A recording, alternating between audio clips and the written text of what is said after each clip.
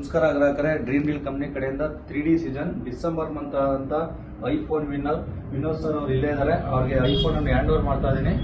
ಹೇಳಿ sir, iPhone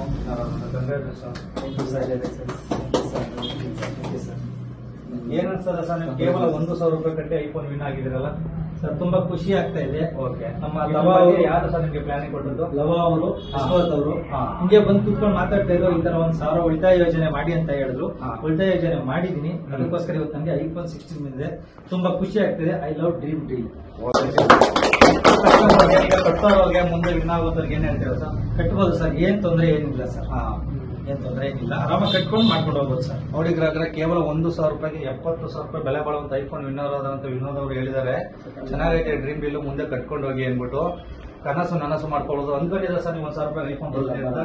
ಮಾಡಿರ್ಲಿಲ್ಲ sir, guess ಮಾಡಿದ್ರೆ sir. ನೋಡಿ, ಡ್ರೀಮ್ ಡೀಲ್ 1,000 ರೂಪಾಯಿಗೆ ಐಫೋನು, ಬೈಕು, ಸ್ಕೂಟರ್, ಕಾರ್ ಇತರೆ ಗಿಫ್ಟ್ಗಳನ್ನು ಕೊಡ್ತದೆ.